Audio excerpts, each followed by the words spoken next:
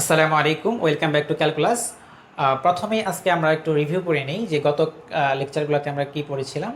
তো এ যাবত আমরা তিন টাইপের লিমিট ক্যালকুলেশন শিখেছিলাম। পূর্বের ক্লাসগুলোতে আমরা তিন টাইপের লিমিট ক্যালকুলেশন শিখেছিলাম।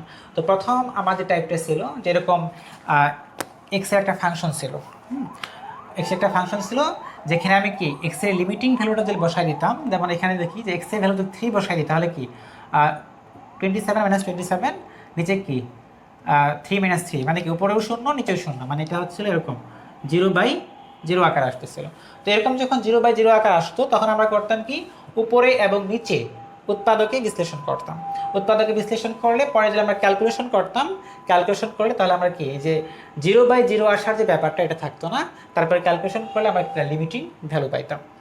এরপরে কি টাইপ টুতে যেটা ছিল, আমার টাইপ টুতে ছিল যে আমার রুট ওভার এক্সের একটা আমার এই যে স্কোয়ার রুটের ফাংশন থাকতো আর কি।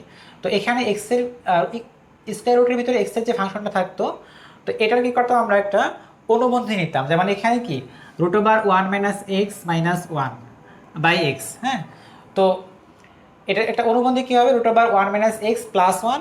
এটা এই অনুবন্ধী নিয়ে করতাম কি উপরে এবং নিচে গুণ করে দিতাম। তখন আমার যে এই যে এখন যদি আমরা মানে গুণ করার আগে যদি আমরা যখন দেখতাম কি এক্সের ভ্যালু তো শূন্য বসাইতাম তাহলে কি এখানে উপরেও শূন্য নিচে শূন্য হয়ে যেত, মানে একটা অনির্ণয় আকার আসতো। তো অনুবন্ধী দ্বারা গুণ করাতে আমার অনির্ণয় আকারটা চলে যাইতো, তখন আমরা কি এই ফাংশনটার একটা কি লিমিটিং ভ্যালু পাইতাম। টাইপ 3 কী ছিল আমার, টাইপ 3 ছিল যেটা আমার লিমিট অ্যাট ইনফিনিটি। হ্যাঁ, এটা সবচেয়ে একটা মজার বিষয় ছিল যে আমার ইনফিনিটিতে লিমিটটা কেমন হয়। তো এই ক্ষেত্রে আমাদের কি করতাম যে আমরা উপরে এবং নিচে মানে হর লবে মিলে যে এক্সের সবচেয়ে বড় পাওয়ার কোনটা সেটা আমরা বের করতাম। যেমন এখানে কি এক্সের সবচেয়ে বড় পাওয়ার কি 3। তো এই 3 দ্বারা করতাম কি উপরে এবং নিচে মানে এক্সের সবচেয়ে বড় পাওয়ার দিয়ে উপরে এবং নিচে ভাগ করে দিতাম। তো ভাগ করে দিলে আমার কি এই অনির্ণয় আকার, যেমন এখানে যদি আমরা এক্সের ভ্যালু ইনফিনিটি বসাই তাহলে কি উপরে ইনফিনিটি আসবে নিচে ইনফিনিটি আসবে। তো যদি এক্সের বড় পাওয়ার দ্বারা ভাগ করে দিতাম তখন কি আমার এই অনির্ণয় আকারটা চলে যাইত, তখন আমি কি এটার একটা লিমিটিং ভ্যালু পাইতাম। তো আজকে আমরা শিখব লিমিট অফ ট্রাইগোনোমেট্রিক ফাংশন। ঠিক আছে, তো শুরু করে দিই আমরা। একটু মিশিয়ে নেই আমি আগেরগুলা। আচ্ছা, তো এক্ষেত্রে আমাদের মোটামুটি মানে মৌলিকভাবে দুইটা সূত্র পড়তে হবে, সূত্র জানতে হবে। প্রথম সূত্রটা হলো যে এই যে লিমিট এক্স টেন্স টু 0 হয়, উপরে সাইন এক্স নিচে হচ্ছে এক্স। ঠিক আছে, এরকম ক্ষেত্রে দেখ খেয়াল করি আমরা এখানে এক্স যে সাইন এক্স, এক্সটা একটা অ্যাঙ্গেল নির্দেশ করতেছে। তো আমরা একটু খেয়াল রাখবো যে ক্যালকুলাসে অবশ্যই এই অ্যাঙ্গেলটা কিন্তু রেডিয়ান এককে, মানে এটা ডিগ্রি এককে না। যাই হোক, যে এখন যদি আমরা এক্সের ভ্যালু শূন্য বসাই দিই উপরে কি এক্স সাইন 0 ডিগ্রির মান 0 ডিগ্রি অথবা যাই রেডিয়ান যাই হোক না কেন, সাইন 0-এর মান কত 0, নিচে কি 0 মানে কি 0/0 অনির্ণয় আকার। তো এটা সূত্র অনুযায়ী এটার মান হয় আসলে 1। এটা একটা সূত্র। তো 2 নম্বর সূত্র যেটা, 2 নম্বর সূত্র ছিল এটার কাছাকাছি এক্স টেন্স টু 0, এটা সাইনের জায়গায় শুধুমাত্র ট্যান এক্স। এক্স বাই এখানেও আমি যদি এক্সের ভ্যালু বসাই দিই তাহলে কি ট্যান 0 ডিগ্রির মান 0, আর ডিগ্রি বা রেডিয়ান যাই হোক না কেন ট্যান 0-এর মান 0 আর নিচে তো 0 মানে 0/0 মানে অনির্ণয় একটা আকার আসতেছে, কিন্তু সূত্র অনুযায়ী এটার মান হবে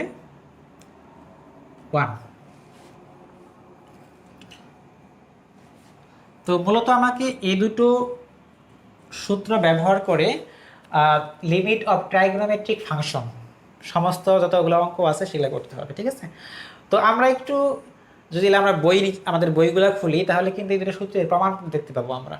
তো প্রমাণটা একটু আসলে বড়, মোটামুটি বড়, এবং এটা আসলে কি মিন করতেছে, মানে কেন সাইন এক্স বাই এক্স যখন এক্স টেন্স টু 0 1 হচ্ছে, আবার limit x tends to 0 tan x by x equal to 1 হচ্ছে, এটা একটু বোঝা কঠিন। মানে আমার যে বইয়ের যে প্রমাণটা আছে সেটা থেকে এই জিনিসটা একটু বোঝা কঠিন।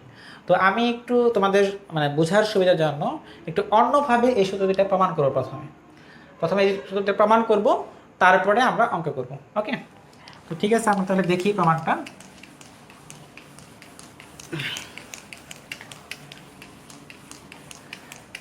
আচ্ছা, আমি প্রথমেই বলেছিলাম যে এই যে সাইন এক্স বাই এক্স, এই সাইন এক্স, এক্সটা কিন্তু আমাদের ছিল রেডিয়ান এককে। তো রেডিয়ান এককে কোণের সংজ্ঞা কি আমরা জানি।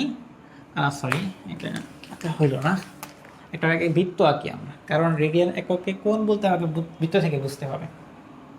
তো এটা আমার সেন্টার, এটা রেডিয়াস আর, ঠিক আছে। তো রেডিয়ান এককে কোণের সংজ্ঞা ছিল কি? কোণের সংজ্ঞা হলো যে আমার যদি এই যে রেডিয়াসের সমান দৈর্ঘ্যের যদি একটা বৃত্তচাপ, হ্যাঁ, যে পরিমাণ অ্যাঙ্গেল উৎপন্ন করবে সেন্টারে, সেটা ছিল কি 1 রেডিয়ান, তাই না? আর ডিগ্রি সংখ্যাটা কি, যে এই যে আমার একটা বৃত্ত তার কেন্দ্রে যে পরিমাণ কোণ উৎপন্ন করে, এটাকে আমরা 360 ডিগ্রি 360 ভাগে সমানভাবে ভাগ করি, তাহলে প্রতিটা ভাগকে বলবো আমরা 1 ডিগ্রি, ঠিক আছে। আর রেডিয়ানের ক্ষেত্রে কি ছিল, যে আমার ব্যাসার্ধের সমান বৃত্তচাপ যে পরিমাণ কোণ উৎপন্ন করে, যেমন মনে করি এইটুক ব্যাসার্ধ এরকম হবে, তো এটা মোটামুটি হচ্ছে ধরো আমার 1 রেডিয়ান, হ্যাঁ, যদি আমি ব্যাসার্ধের সমান এই বৃত্তচাপটা চিন্তা করি।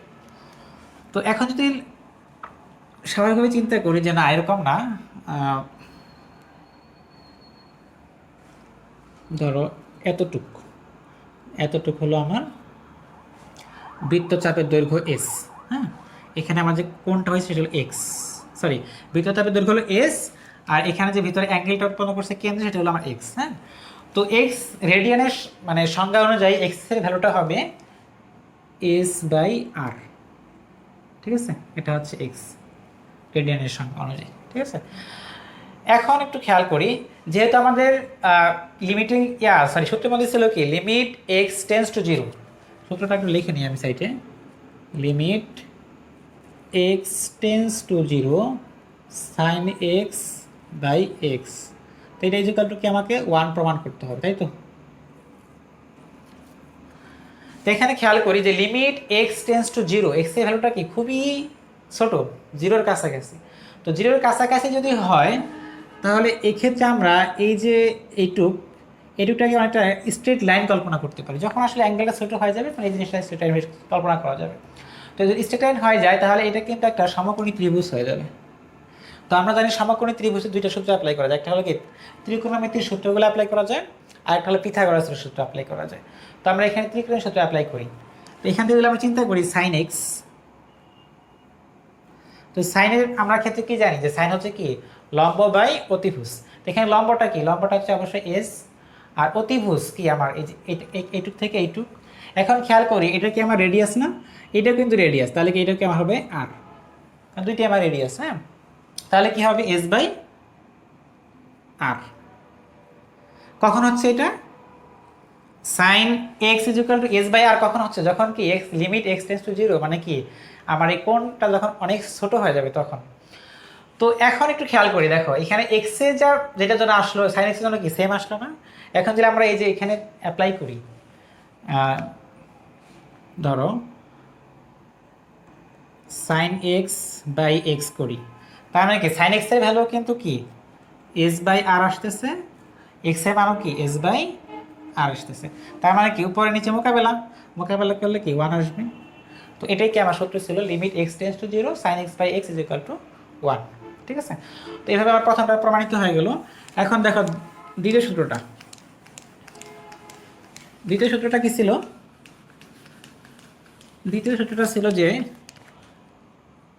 Limit x tends to zero tan x by x is equal to 1, তাই না। আচ্ছা, তো এখন এক্স এর ভ্যালু তো আমরা পাইছি S by R, tan X এরটা বের করি, আবার কি এই যে ত্রিভুজে ট্যান এক্স বের করবো। তো এখানে খেয়াল করি ট্যান এক্স এর ভ্যালু কি, আমরা ট্যান এক্স মানে হলো লম্ব বাই ভূমি, এখানে লম্ব কি এস, ভূমিটা হচ্ছে আর, তো বসাই দিই এস বাই আর। তো আবার সে আগের মতো এক্স এর ভ্যালু যেটা ট্যান এক্স এর ভ্যালু সেটা, তাহলে কি হবে tan x by x is equal to কি ওই এস বাই আর, আবার আগের মতো এস বাই আর, তার মানে কি মোকাবেলা করে দিলে 1 আসবে। তো আমার তাহলে কি দুইটা সূত্র প্রমাণিত হয়ে গেল। কীভাবে? অন্যভাবে কিন্তু এটা আমরা রিয়েলাইজ করতে পারতেছি কিন্তু যে যখন এক্সের ভ্যালুটা খুবই ছোট হচ্ছে তখন কি আমার এই বৃত্তচাপটা কি একটা স্ট্রেট লাইনের মতো কাজ করতেছে, তখন কি আমি ত্রিকোণ সূত্র অ্যাপ্লাই করে সূত্রগুলো কিন্তু প্রমাণ করে ফেলতে পারতেছি। তো আসো আমরা আরও এটা দিয়ে একটা অঙ্ক করি।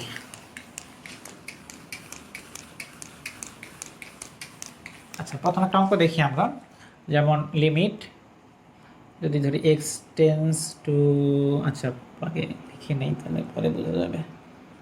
আচ্ছা, জিরোই দেই, নিচে যদি হয় এক্স স্কোয়ার।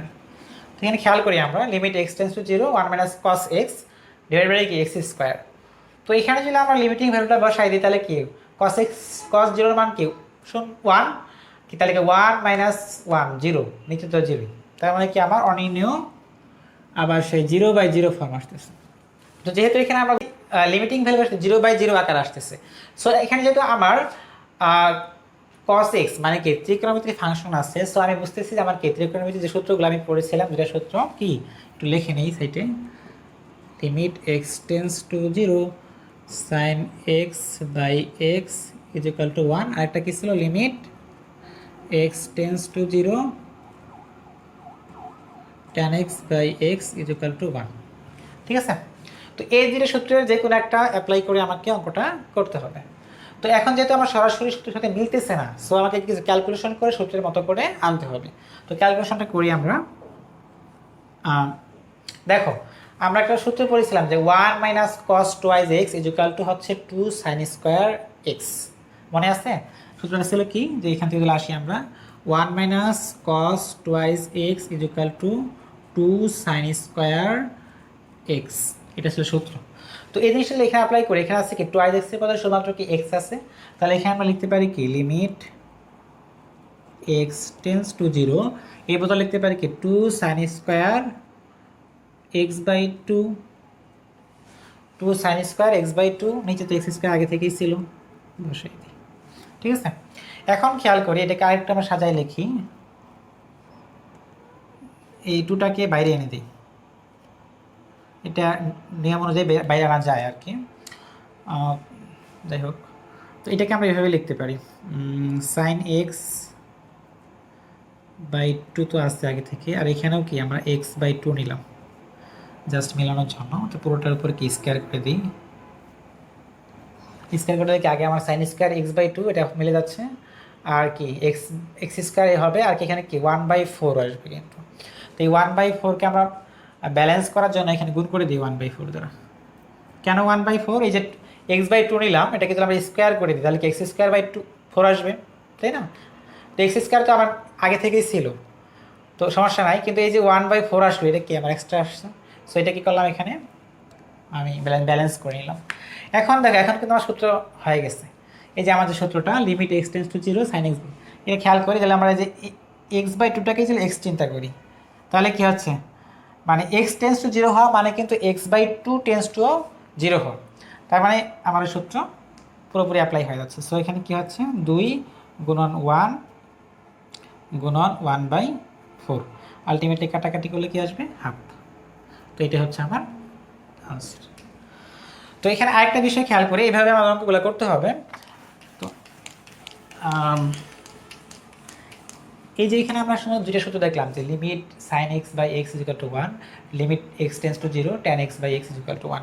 এখন সাইন এক্স উপরে নাজুল থেকে এক্স যদি উপরে থাকে এরকমও হয়, ধরো limit x tends to 0 x by sine x, হ্যাঁ, তবুও কিন্তু এটার মান হবে 1। সেমভাবে টানের ক্ষেত্রেও limit x tends to 0 x by tan x, এটাও কিন্তু 1 হবে। ঠিক আছে, আবার যদি এরকম না হয়ে এদের ইনভার্স ফাংশনে আসে, কেমন, যে limit x tends to 0 sine inverse x by x, এটার মান 1, এটার limiting value 1, limit x tends to 0 tan inverse x by x, এটারও ভ্যালু আমার হবে 1। তো মোটামুটি আমরা এই সূত্রগুলো দিয়ে যে কোনো আমাদের ট্রাইগোনোমেট্রিক ফাংশনের কোনো যে সূত্র মানে অঙ্ক থাকে লিমিটের, সেক্ষেত্রে আমরা অত মানে চিন্তা না করে সরাসরি এই সূত্রগুলো আকারে প্রকাশ করে আমরা অঙ্কগুলো করে ফেলবো। তো আশা করি তোমরা বুঝতে পারছো। নেক্সট ক্লাস দেখার আমন্ত্রণ।